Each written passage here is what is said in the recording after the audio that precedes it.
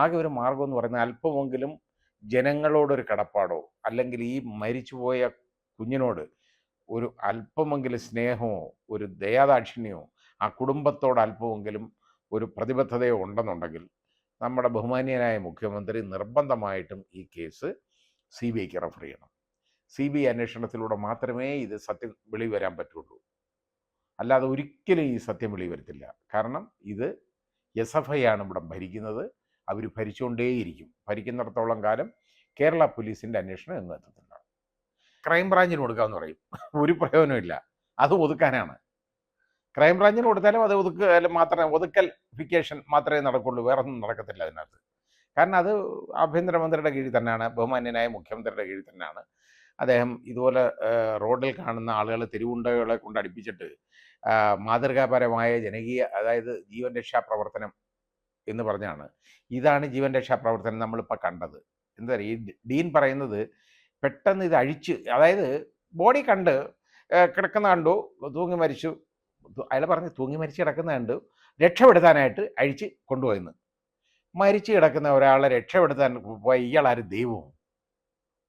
അത് തന്നെ മനസ്സിലാക്കണ്ടേ, common sense അല്ലാത്ത കാര്യം. അതുകൊണ്ട് ഞാൻ പറഞ്ഞില്ലേ, ഈ അന്വേഷണം, കേരള പോലീസിൻ്റെ അന്വേഷണത്തിൽ സത്യസന്ധമായ ഒരു അന്വേഷണം നടത്താൻ അവർക്ക് ഒക്കുന്നില്ല. അവർക്ക് പറ്റാത്തതല്ല, അതായത് അവർക്ക് കഴിവില്ലാത്തതല്ല, പക്ഷേ അവരുടെ കൈകൾ കെട്ടപ്പെട്ടിരിക്കുകയാണ്, അവർക്ക് ചെയ്യാൻ പറ്റത്തില്ല. അവർക്കും ഈ തല കാണത്തില്ല ചിലപ്പോൾ, അതാണ് പ്രശ്നം. അവർക്കും തല വേണമല്ലോ, തലയില്ലെങ്കിൽ നാളെ ജീവിക്കാൻ ബുദ്ധിമുട്ടല്ലേ.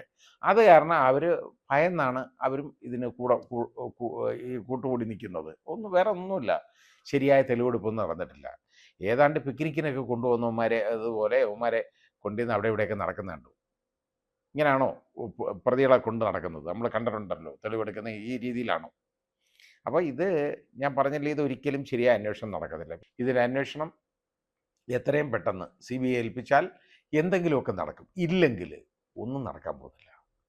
കാരണം ഇതിന് തെളിവൊന്നും കിട്ടത്തില്ല. തെളിവെന്ന് പറഞ്ഞു കഴിഞ്ഞാൽ ആ പാവം പയ്യൻ തൂങ്ങി മരിച്ചാണെന്ന് പറയും, പിന്നെ ഒരു റാഗിങ്ങിൻ്റെ പ്രശ്നം വരും, അത് മാത്രമേ ഉള്ളൂ. അല്ലാതെ ഇതൊക്കെ ഇദ്ദേഹത്തൊക്കെ ഉള്ള അടിയൊക്കെ എന്നൊക്കെ പറഞ്ഞാൽ അതൊക്കെ റാഗിങ്ങാണ്, റാഗിങ്ങിൻ്റെയാണ് എന്ന് വരും കേട്ടോ. ഈ തലയ്ക്കൊക്കെ അടിച്ചേക്കുന്ന, അതുപോലെ ഒരു പാറ്റേൺ ഇഞ്ചുറി മുതുകത്ത്, എത്ര വലിയൊരു ഇഞ്ചുറിയാണെന്നറിയാം അതുള്ളത്. അത് ഏതാണ്ട് വലിയ വടിയോ അല്ലെങ്കിൽ ഇരുമ്പ് അല്പം, അതായത് അൺഈവൻ സർഫസ് അല്ലാത്ത ഇരുമ്പ് പോലുള്ള എന്തൊക്കെ കൊണ്ടോ അടിച്ചതാണ് കേട്ടോ. ഈ റെയിൽവേ ട്രാക്ക് പോലെ, റെയിൽ ട്രാക്ക് മാതിരിയുള്ള ഒരു ഇഞ്ചുറി, വലിയ ഇഞ്ചുറിയാണ് അത് ഉള്ളത്. അവൻ്റെ മുതുകത്ത് ഒരു ഇഞ്ച് ഓഫ് സ്പേസ് ഇല്ല, അടി കൊള്ളാത്ത സ്ഥലമായിട്ട്. ഇത്രയും ക്രൂരത കാണിച്ച് ഇവന്മാരെടുത്ത് ഇവരിങ്ങനെ നിൽക്കുന്നല്ലോ. എനിക്ക് ചോദിക്കാൻ ഒറ്റ കാര്യം മാത്രമേ ഉള്ളൂ, ഇവനൊന്നും മക്കളില്ലേ ഇതിൻ്റെ പുറകെ നടക്കുന്നവന്മാർക്ക്? ഈ CPM-കാർക്കോ ഇവർക്കൊക്കെ മക്കളുള്ളവരല്ലേ? ഇത്രയും കണ്ണിച്ചോരയില്ലാത്ത ഒരു കുഞ്ഞിനെ ഇട്ട് ഇതേപോലെ ഇത്രയും ക്രൂരത കാണിക്കുന്ന ആരെങ്കിലും കാണിക്കും? അതുകൊണ്ടാണ് ഞാൻ പറഞ്ഞത്, വയനാട്ടിൽ നടന്ന ഈ മൂന്നാമത്തെ കൊലപാതകം എന്ന് പറയുന്നത്, നാലാമത്തെ കൊലപാതകം എന്ന് പറയുന്നത്, അതും വന്യമൃഗത്തിൻ്റെ ആക്രമണം തന്നെയാണ്. പക്ഷെ വന്യമൃഗങ്ങൾക്ക് പോലും ഇത്രയും വന്യതയില്ല കേട്ടോ. അവരിങ്ങനെ ചെയ്യത്തില്ല. അവർ അതിന് വല്ലതും തിന്നാൻ നിവർത്തിയില്ലെങ്കിൽ അത് കടിച്ച് തിന്നുകൊണ്ട് പോകും. ഇവന്മാരെ ഇതെന്തിനാ ഈ കുഞ്ഞിനെ ഇട്ട് ഇത്രയും ഉപദ്രവിച്ച്? അവൻ എന്തുമാത്രം ഓടിയിൽ സഹിച്ചു കാണുന്നറിയാം. ഇത് വായിക്കുന്ന ഇവനൊക്കെ ഉണ്ടല്ലോ, ഈ പോസ്റ്റ്മോർട്ടം റിപ്പോർട്ടൊന്നും എടുത്ത് വായിക്കണം. അത് വായിക്കുന്ന ഒരുത്തനും മനുഷ്യനാണെങ്കിൽ അവന് കണ്ണീര് വരാതെ അവന് എണീറ്റ് പോകാൻ പറ്റത്തില്ല, അത് നിർത്താൻ പറ്റത്തില്ല. അത്രയും വലിയ ക്രൂരതയാണ് കാണിച്ചിരിക്കുന്നത്. CPM ഭരിക്കുന്നിടത്തോളം ഒരു കാരണവശാലും ഈ കേസ്, ഈ SFI പ്രവർത്തകരെ രക്ഷിക്കാനുള്ള ഒരു മാർഗമല്ലാതെ വേറൊന്നും ഉണ്ടാകത്തില്ല. പിന്നെ SFIയോട് വളരെയധികം കൂറു പുലർത്തുന്ന ഡീൻ, അയാളെ സംരക്ഷിക്കണം. അതേപോലെ തന്നെ രജിസ്ട്രാർ, അവരൊക്കെ അവിടെ ഉള്ളായിരുന്ന ആളുകളാണ്. അപ്പോൾ അയാൾ ഇനി ഇത് നടന്നു, ഇനി ഇത് പുറത്തോട്ട് പറയേണ്ടെന്നുള്ളതാണ്. ഇത് അയാളും ഇതിൽ പ്രതിയാണ്. രജിസ്ട്രാർ, വൈസ് ചാൻസലർ ഉണ്ടായിരുന്ന അയാളും പ്രതിയാണ്. അപ്പോൾ ഇവരെയൊക്കെ സംരക്ഷിക്കുന്ന ഒരു നടപടിയാണ് ഗവൺമെൻറ് എടുത്തത്. SFIക്കാരൻ ഞാൻ പിന്നെ പറയുന്നില്ല, അവരെ സംബന്ധിച്ചിടത്തോളം അവരെ കുഞ്ഞുങ്ങളാണ്. അപ്പോൾ അവരെ സംരക്ഷിച്ചേ മാർഗമുള്ളൂ. ആ രീതിയിലാണ് അവർ ചെയ്തുകൊണ്ടിരിക്കുന്നത്. അത് എല്ലായിടത്തും അതാണ്. ഇത് ഈ ഒരു കാരണവശാലും ഈ നമ്മുടെ കേരള പോലീസിൻ്റെ ഇന്നത്തെ ഇൻവെസ്റ്റിഗേഷൻ ഇപ്പോൾ ഒരുമാതിരിയൊക്കെ കുറച്ചൊക്കെ ഇൻവെസ്റ്റിഗേറ്റ് ചെയ്തിട്ടുണ്ട് ആ DYSP. പക്ഷേ അയാളെ വിരട്ടി എന്നുള്ളതാണ് ഇന്നലെ പരസ്യമായിട്ട് പറഞ്ഞത്. അയാളെ വിരട്ടാൻ പോയതാണ്.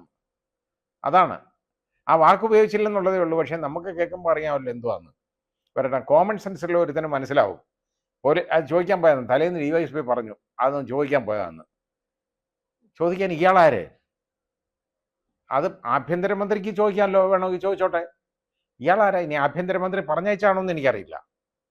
ഏതായാലും ഈ രീതിയിലുള്ള സംഭവം നടക്കുന്നത്, അതുകൊണ്ട് അന്വേഷണമൊന്നും പ്രോപ്പറായിട്ട് നടക്കത്തില്ല ഇതിനകത്ത്.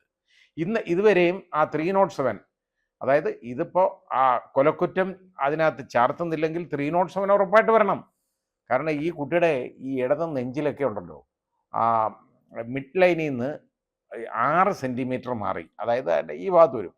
ഇവിടെ ശരി ചവിട്ടി ഭയങ്കരമായിട്ട് ചവിട്ടിയതിൻ്റെ പാടാണ് കിടക്കുന്നത്. വലിയ പാട്, വളരെ 15 സെൻറ്റിമീറ്ററൊക്കെ വിസ്താരമുള്ള പാട്, അത്രത്തോളം ചവിട്ടിയതാണ്. അതുപോലെ വലത് നെഞ്ചിലും. അത് പിന്നെ പോട്ടെ, ഇടത് ചവിട്ടിയിട്ട് പോരാന്ന് തോന്നിയായിരിക്കും വലത്തൂടെ ചവിട്ടിയത്. ഇടത് വയറിന് അബ്ഡമൻ അവിടെ ചവിട്ടി. അതിൻ്റെ ഇമ്പാക്റ്റ്, ഇൻറ്റേർണൽ ഇമ്പാക്റ്റ് കൊണ്ട് ആ വൻകുടലിൻ്റെ ആ റെക്റ്റത്തിൻ്റെയും ഭാഗത്ത് അതിൽ ഭയങ്കരമായ കൺഫ്യൂഷനുണ്ട് വളരെ. ഇത് ധാരാളം മതി. അതുപോലെ തന്നെ കഴുത്തിൽ അത് മരണകാരണമായേക്കാവുന്ന തന്നെ വേറെ ഒരു പ്രഷർ അബരേഷൻ ഉണ്ട്. അത് വയർ മുറുക്കി വലിച്ചതാണ്. അതാ കാര്യം. അപ്പം അത്രയും മതി. കാരണം ബ്രെയിനിലേക്കുള്ള ബ്ലഡ് സപ്ലൈ കുറച്ച് നേരം തടഞ്ഞു കഴിഞ്ഞാലുണ്ടല്ലോ, ആൾ ബോധരഹിതനായി പോകും.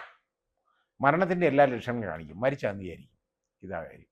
ഈ മരിച്ച ആളിനെ ഉണ്ടല്ലോ, ഒരു മരിച്ച ആളിനെ 2 മണിക്കൂറിനകത്ത് എടുത്ത് കെട്ടി തൂക്കിയാലും ഇതുപോലെ ഈ പ്രഷർ അബരേഷൻ അതുപോലെ വരും, ശരീരത്തിൽ വരാം. ഇൻഫിൽട്രേഷൻ ഓഫ് ബ്ലഡ് ഒക്കെ വരും. കാരണം അപ്പോഴത്തേക്കും ബ്ലഡ് ക്ലോട്ടൊന്നും ആവത്തില്ല. അതൊക്കെ വരാവുന്നതാണ്.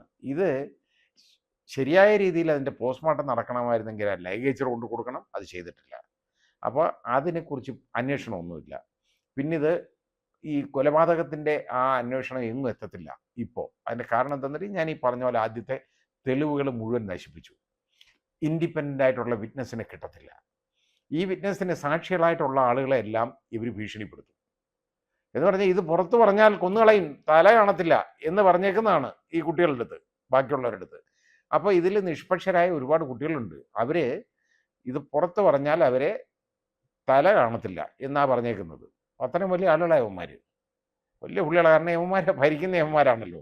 തല എവിടെയൊക്കെ ഇരിക്കണം, ആർക്കൊക്കെ തല വേണമെന്ന് തീരുമാനിക്കുന്നവനൊക്കെയാണ്, വേറെ ആരല്ല സമൂഹത്തിൽ. അപ്പോൾ ഇതാണ് അവരുടെ കാഴ്ചപ്പാട്. അങ്ങനെയുള്ളപ്പോൾ എങ്ങനെ ഈ അന്വേഷണം നടക്കുന്നത്?